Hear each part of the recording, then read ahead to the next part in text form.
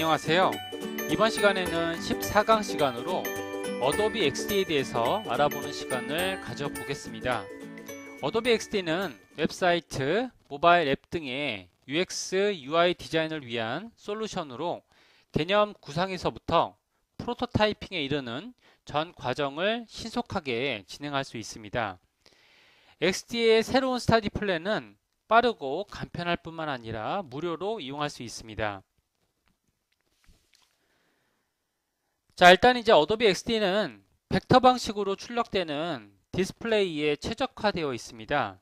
또한 포토샵과 같은 비트맵 방식의 툴에 비해서 저사양의 컴퓨터에서도 높은 퍼포먼스를 보여주며 사진 편집을 필요로 하는 작업을 할 때에는 포토샵과 같이 사용하게 되면 더 효과적입니다.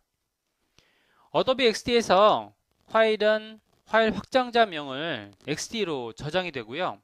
모든 오브젝트를 PNG 또는 SVG 포맷으로 내보낼 수 있으며 이는 포토샵 및 일러스트레이터로 가져와서 추가적인 작업을 할 수 있습니다. 해당 컨텐츠를 일러스트레이터에서 편집 가능한 벡터 이미지로 가져오며 포토샵에서는 플랫 비트맵으로 가져오게 됩니다. 또한 JPG, GIF, PNG, TIFF 및 SVG 포맷에 대한 가져오기를 지원하고 있습니다. 자, 어도비와 동일한 프로그램 포맷을 가지고 있기 때문에 자, XD로 작업한 XD 포맷은 일러스트레이터나 포토샵에서 완벽 재현이 되고 있습니다. 그렇기 때문에 일반적인 작업을 할 때에는 시안 작성이라든지 이런 개념 구상을 할 때 뿐만이 아니고 실제로 웹사이트에 기반이 되는 그런 가안 작업을 할 때, 가안을 보통 프로토타이핑이라고 하게 되죠. 이런 가안 작업을 할 때 어도비 XD라는 프로그램을 활용하게 되면 간단한 레이아웃을 쉽게 구현할 때 사용이 되고 있습니다. 자, 그러면 본격적으로 XD 프로그램에 대한 사용 방법들을 알아보는 걸로 해볼게요. 자, 일단 프로그램을 설치하셔야 되는데요. 프로그램에 따른 이런 구조는 일단은 시스템 요구사항이 굉장히 높습니다. 그래서 요구사항을 한번 들어가 보시면 자, 일단은 이제 맥 OS 같은 경우에는 CPU가 자, 일단은 이제 1.4GHz, 메모리가 4GB 나 돼야 되고요.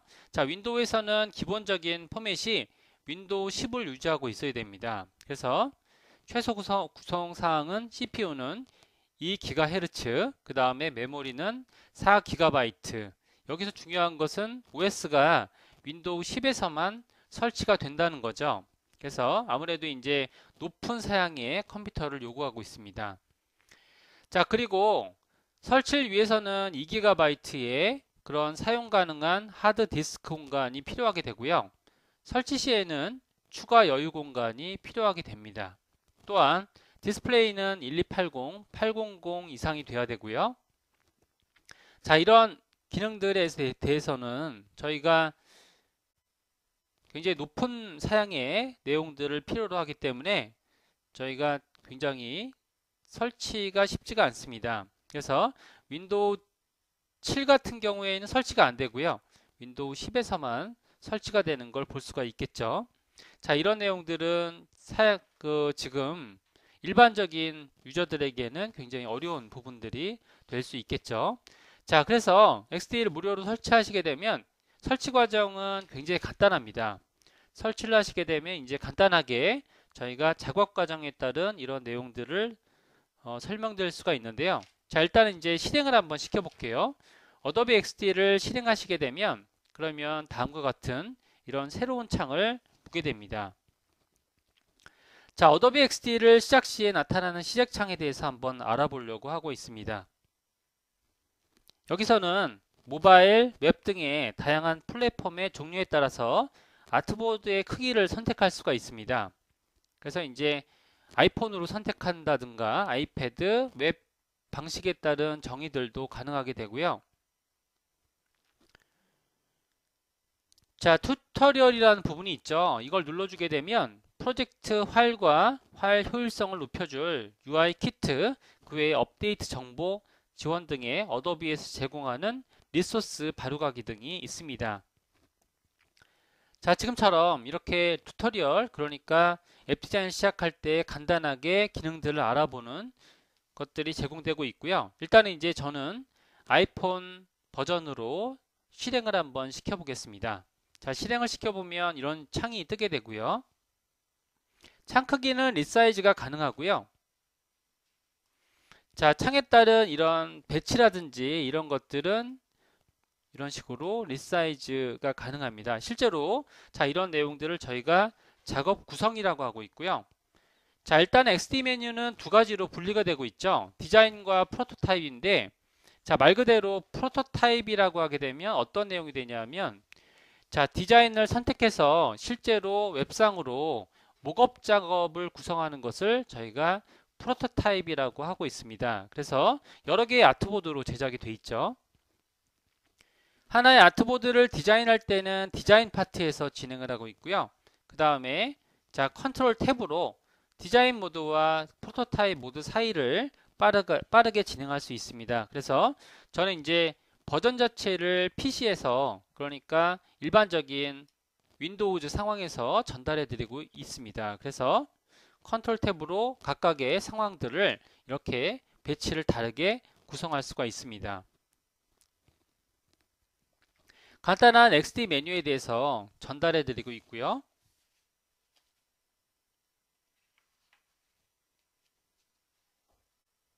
자, 각각의 메뉴들은 클릭을 해서 이렇게 지금 전체 메뉴에 대해서 접근할 수가 있습니다. 그래서 뭐 저장하기, 새로 만들기, 열기 이런 내용들을 가져올 수가 있고요. 일반적인 포토샵 파일들도 가져오기 기능으로 보낼 수 있고요. 그 다음에 지금 해당된 내용들을 이렇게 PNG라든지 SVG 형식으로 벡터 형식이나 아니면 일괄적인 비트맵 형식으로 보낼 수가 있습니다. 자, 저장을 하게 되면 확장자는 XD로 저장이 될 거고요. XD 확장자는 포토샵이나 일러에서 편집 수정 작업들이 가능하게 됩니다. 자, 이런 지금 탭 메뉴 구조에서는 파일 열기라든지 저장하기, 내보내기 등의 기본적인 작업을 구성할 수가 있게 됩니다. 상단 패널을 보게 되면 디자인 모드와 프로토타입 모드를 전환할 수 있는 탭이 보이게 됩니다. 자, 그래서 아까 전에도 말씀드린 대로 디자인 탭은 실제로 디자인이 이루어지는 그런 창을 의미하게 되고요. 프로토타입은 저희가 이제 모바일 상으로 웹 URL 구조를 가지게 될 때 거기에 따른 목업 형식들을 의미하게 되겠습니다. 자, 중간에 있는 내용은 지금 그 프로젝트의 이름이 되고요. 그 다음에 자, 세 번째 영역 이 부분은 저희가 현재 작업 비율을 확인 또는 변경할 수가 있게 됩니다. 그래서 일반적으로 100%로 놓고 작업을 하게 되고요. 자, 그 다음에 이제 네 번째 탭을 보게 되면 자, USB에 디바이스를 연결하여서 실시간 미리 보기 기능이 가능하게 하는 거죠. 그런 옵션이 준비가 되어 있고요. 그 다음에 여기 플레이 버튼 같은 것들이 이렇게 있는데 플레이 버튼을 이용하면 가상의 디바이스 스크린, PC 또는 모바일을 띄워서 미리 보기를 할 수 있습니다. 자, 그 다음에 이제 프로젝트 링크라는 버튼이 이렇게 있는데요. 공유 버튼이 되는 거죠. 그래서 프로젝트 링크를 생성해서 프로젝트와 관계자와 공유할 수 있게 되는데, 자, 제가 만약에 프로토타입을 게시하게 되면 그러면 지금처럼 공개 링크를 만들 수가 있습니다. 그래서 공개 링크를 설정하게 되면 자, 이렇게 해서 공개 링크를 설정했죠. 그래서 지금처럼 한 개의 활성화된 프로토타입만 가능하다는 건데요. 일단 이제 지금처럼 이렇게 해당하는 URL을 게시할 수가 있게 됩니다. 그래서 게시된 링크 관리라고 하게 되면 이제 지금처럼 프로토타입 사양이 이렇게 보이게 되고요.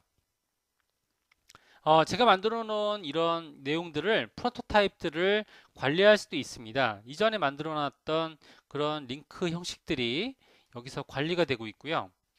자, 이런 방식으로 저희가 이제 간단한 이런 상단에 따른 패널들을 알아봤습니다. 자, 툴에 대해서 먼저 알아볼게요. 툴 같은 경우에는 지금 어도비 XD에서 사용하는 주로 툴 모형인데요. 일단 이제 선택이라는 게 있고요. 단축키는 V고요. 그 다음에 사각형, 원형, 일러스트레이터의 툴들하고 굉장히 비슷하죠. 그 다음에 선툴, 펜툴, 그 다음에 텍스트 툴, 그 다음에 아트보드. 아트보드도 이제 저희가 새롭게 또 하나를 이렇게 생성할 수도 있습니다.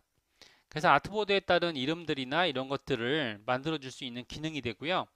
그 다음에 확대랑 축소, 그 다음에 어셋 기능은 나중에 설명을 드리겠습니다. 그 다음에 레이어에 따른 내용들도 이렇게 해당하는 대부분의 아트보드는 처음에 만들었던 그 기종 이름과 동일하게 이렇게 설정이 되어 있고요. 자, 물론 여기서 이름을 바꿀 수도 있습니다. 더블 클릭을 하게 되면 이런 식으로 저희가 원하는 방식대로 제작을 할 수가 있게 되고요. 그래서 형식을 뭐 만약에 1번으로 바꾸겠다라고 하게 되면 이런 식으로 1번으로 바꿀 수도 있습니다. 속성 관리자에 대해서 알아보겠습니다. 속성 관리자는 우측 패널에 해당이 되고요.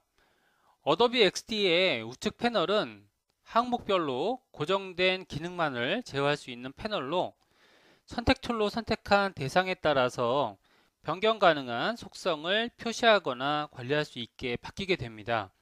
자, 예를 들어서 제가 원툴을 지정하게 되면 원툴에 관련된 이런 기능들로 바뀌게 되는 거죠.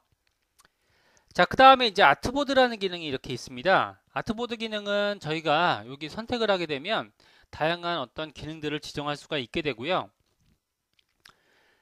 전체 캠퍼스 내에서 흰색 영역을 보통 아트보드라고 표시하게 되고, 이는 프로젝트에서의 작업 영역을 의미하게 되는 거죠. 자, 이곳에서 이미지 및 텍스트를 배치하여서 화면을 디자인해 볼 수가 있습니다. 아트보드의 외곽의 여백은 뭐 페이스트 보드라고 하고요. 이미지 및 텍스트를 놓을 수는 있지만 화면에는 실제로는 표시되지 않는 저희가 일러스트레이터와 같은 그런 구조를 가지고 있습니다. 자, 일반적으로 아트보드는 처음에 작업할 때 새로운 창을 지정할 때 쓰는 방법이 됐었죠. 자, 새 아트보드를 지정을 이렇게 하셨고요. 여러 가지의 어떤 작업 이름들을 구성해 보겠습니다. 아트보드의 이름을 변경하실 때는 여기서 더블 클릭으로 이렇게 지정할 수도 있고요. 자, 지정되는 아트보드에 따른 내용들은 저희가 해당하는 아트보드를 이런 식으로 선택 툴로 아트보드 내에서도 선택이 가능하죠. 자, 지정을 하게 되면 그러면 해당하는 아트보드를 지금처럼 복제 기능으로 제작할 수가 있게 됩니다. 그래서 보통 이제 저희가 얘기하고 있는 두 번째 페이지를 의미할 때 두 번째 아트보드를 구성하시게 되면 그러면 구성된 내용으로 표시가 되게 됩니다. 예를 들어서 제가 이제 간단한 테스트를 한번 해볼게요. 자, 첫 번째 내용은 제가 1번이라고 지정하겠습니다. 1번이라고 지정했고요.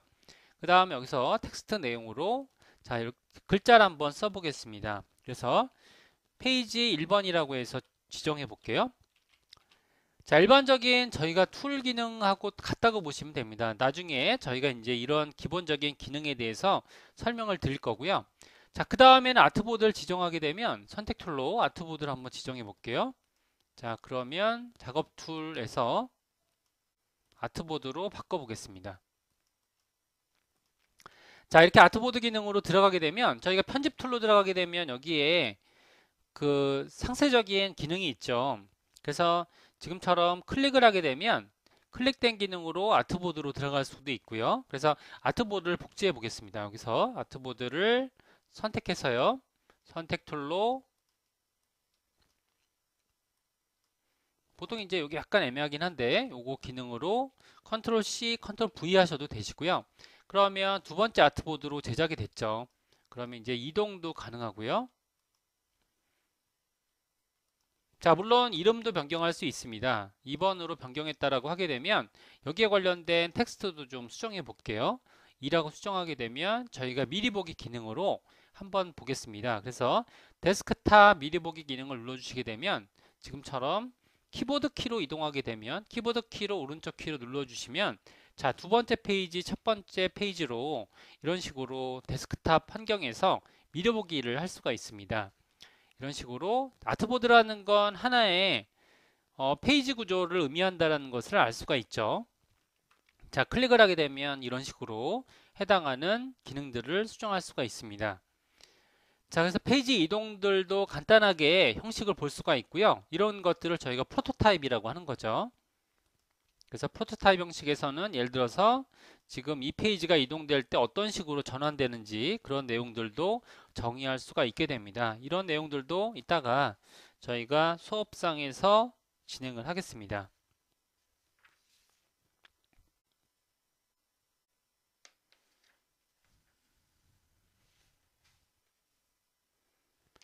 자, 여기까지 전반적으로 한번 보셨고요. 그 다음에 지금 저희가 확대 축소 기능 이런 것들에 대해서 간단하게 보겠습니다. 이런 것들을 캠퍼스 탐색이라고 하고요.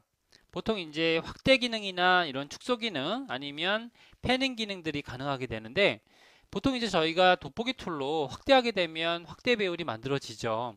자, 그 다음에 Alt를 눌러주시게 되면 축소 기능이 만들어지고요. 그 다음에 단축키를 잠깐 알아보시게 되면 자, 일반적으로 단축키는 저희가 이제 윈도우 버전이기 때문에 윈도우 버전으로 좀 설명을 드리겠습니다. 자, 윈도우 버전으로 좀 설명을 드리면 자, 확대했을 때는 일반적으로 이제 화면에 맞춰졌을 때는 컨트롤 0번이고요. 그 다음에 100% 보기에는 컨트롤 1번 기능이 되죠. 그 다음에 지금처럼 배율이 커졌을 때는 패닝하는 기능이 있는데요. 패닝하는 기능은 손바닥 툴로 이렇게 이동하시게 되면 패닝이 이루어집니다. 일반적인 저희가 그 일러스트레이터나 포토샵 기능과 같은 그런 기능으로 보시면 될 것 같죠. 그 다음에 컨트롤 2라고 누르시면 200% 확대가 되고요. 그 다음에 컨트롤 3번 옵션은요, 저희가 선택한 기능으로 확대가 이루어집니다. 예를 들어서 이제 영역을 지정하신 다음에 컨트롤 3번을 누르시면 그 편집 기능으로 돌아가게 되는 그런 내용들이 만들어지게 됩니다. 자, 그 다음에 이제 레이어라고 하게 되면 저희가 이제 만들어지는 이런 층들을 레이어라고 하고요. 저희가 컨트롤 1번으로 원복 시켰습니다. 그래서 일반적으로 이제 작업 방법들이 여러 개가 이루어지고 있는데 일반적으로 하나의 도형 자체가 레이어라고 보시면 되십니다. 그래서 이런 것들 작업 층들을 보통 저희가 레이어라고 하는 거죠. 그래서 이런 식으로 만들어지면 자, 지금처럼 페이지 1번이란 텍스트 그 다음에 타원 1번, 사각형 1번 이런 내용으로 저희가 여러 개의 어떤 층적인 구조들로 만들어져 있죠. 레이어는 일반적인 저희가 포토샵 기능과 같은 그런 레이어 층이라고 보시면 되실 것 같고요. 일러스트레이터에서도 지금 동일하게 만들어지고 있습니다. 자, 그 다음에 순서를 바꾸고자 할 때는 저희가 레이어의 위치를 바꿔주는 것과 동일하게 드래그 방식으로 바꿀 수가 있습니다. 그래서 이런 식으로 두 개의 층들을 바꿔줄 수 있는 기능이 있고요. 자, 지금처럼 이제 도형을 그릴 때 딱 달라붙는 그런 기능들이 있죠. 그죠? 이런 기능들로 저희가 이제 이런 층들을 정확하게 제작할 수가 있는 거죠. 자, 그래서 이런 층에 따른 옵션들은 여기서 보시는 거와 마찬가지로 타원이 제일 먼저 올라와 있고요. 그 다음에 사각형 페이지 1번 이렇게 구조로 만들어지게 됩니다. 자, 그 다음에 레이어를 잠그고자 할 때는 여기서 락 기능이 이렇게 있죠. 락 기능을 거시게 되면 이 기능은 도형 편집이 되지 않는 거죠. 일반적으로 지금 컨트롤 L 기능을 누르시게 되면 컨트롤 L 기능으로 레이어의 잠금이나 잠금 해제를 구현할 수가 있게 됩니다. 이런 식으로 단축키는 컨트롤 L이 되고요. 자, 그 다음에 레이어 숨기기 하는 기능이 있습니다. 레이어 숨기기 하는 기능은 여기에 이제 눈 기능이 이렇게 있죠. 그래서 눈 기능을 켜주시게 되면 그러면은 해당하는 레이어를 보이거나 가리는 기능들을 지원할 수가 있게 되고요. 자, 여기서처럼 컨트롤에 지금 자, 세미클론 기능이 있죠. 세미클론을 눌러주시게 되면 지금처럼 이런 식으로 기능이 추가가 되는데 자, 여기에 있는 내용들로 오른쪽에 있는 내용들로 저희가 이제 한번 추가해 볼게요. 단축 키들을 한번 정리해 보면 자, 레이어 락이라는 기능이 있습니다. 레이어 락. 그 다음에 레이어 하이드 기능이 이렇게 있는데 자, 확인해 보면 레이어 락은 자, 일반적으로 이제 맥 유저들은 커맨드고요. 자, L 기능이 이렇게 되고요. 아니면 이제 컨트롤 L 기능으로 이렇게 정리할 수가 있고요. 그 다음에 레이어 하이드는 커맨드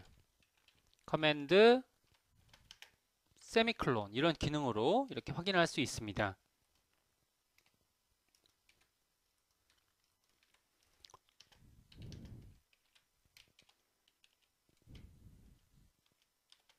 자, 이런 기능으로 레이어를 잠그거나 이런 옵션들을 적용할 수가 있게 되고요.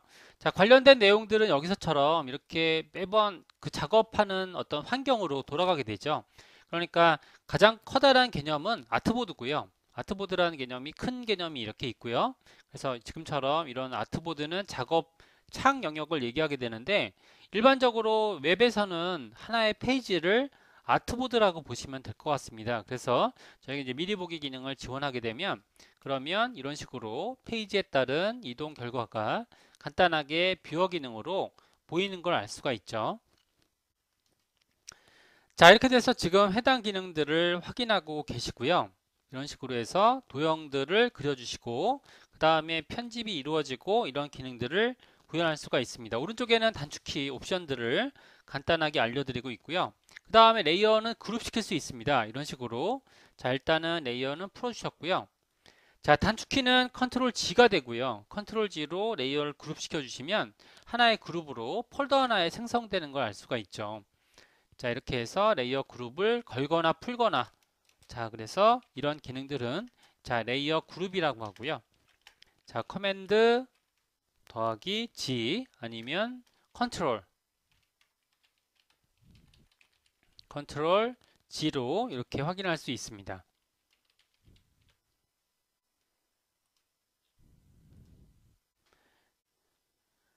자, 일반적인 일러스트레이터 기능하고 굉장히 비슷하죠. 근데 이제 다른 점이 뭐가 있냐면 여기서처럼 그룹핑이 자동적으로 만들어진다라는 그런 개념이 조금 다른 부분이긴 합니다.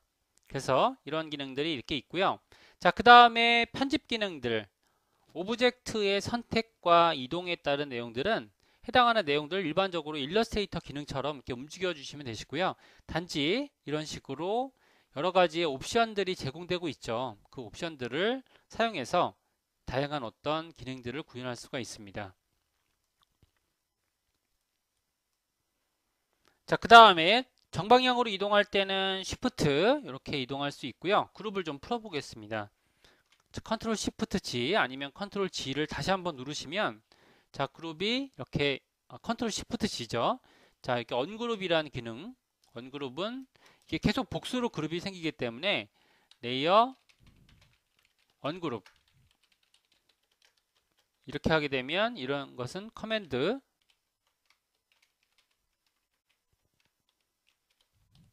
Shift G가 되고요. 이거는 이제 컨트롤 기능도 마찬가지라고 보시면 되십니다. 그래서 지금처럼 컨트롤 Shift G 이런 기능으로 걸 수가 있고요.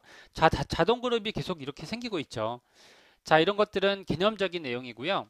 자, 여러 개의 오브젝트를 선택할 때는 한 개를 지정한 다음에 다음 오브젝트를 지정하시게 되면 그러면 자동적으로 선택이 풀리게 되죠. 이런 것들을 지정할 때 저희가 해당하는 내용을요. 지금처럼 이렇게 하나를 지정하시고 다음 걸 지정하실 때 Shift를 누르시게 되면 아니면 이렇게 선택이 추가되거나 제거된다라는 그런 개념이 있습니다.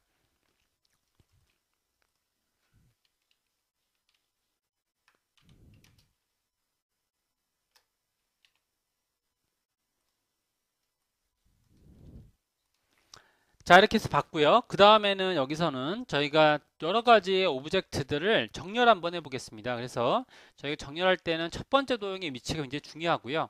이게 이제 그리드의 역할을 하거든요. 그래서 저희가 16그리드나 여러 가지의 방법들이 이렇게 있었죠. 그런 내용들도 수업을 해드리겠습니다. 굉장히 쉬워요. 어도비 XD는 모두 오히려 포토샵보다 작업하기가 훨씬 더 쉬운 환경의 그런 툴들이 되겠고요. 자, 여기까지 해서 간단하게 툴적인 환경에 대해서 좀 알려드렸고요. 다음 시간에는 오브젝트에 선택하고 편집하는 기능에 대해서 진행을 하겠습니다. 그래서 14강 내용은 일반적인 지금 어도비 XD에 대한 기본적인 개요를 알려드렸고요. 그 다음에 다음 시간에는 어도비 XD에서의 오브젝트의 편집에 관련된 뭐 여러 가지를 선택하거나 정렬하거나 이런 내용에 대해서 이어서 진행을 하겠습니다.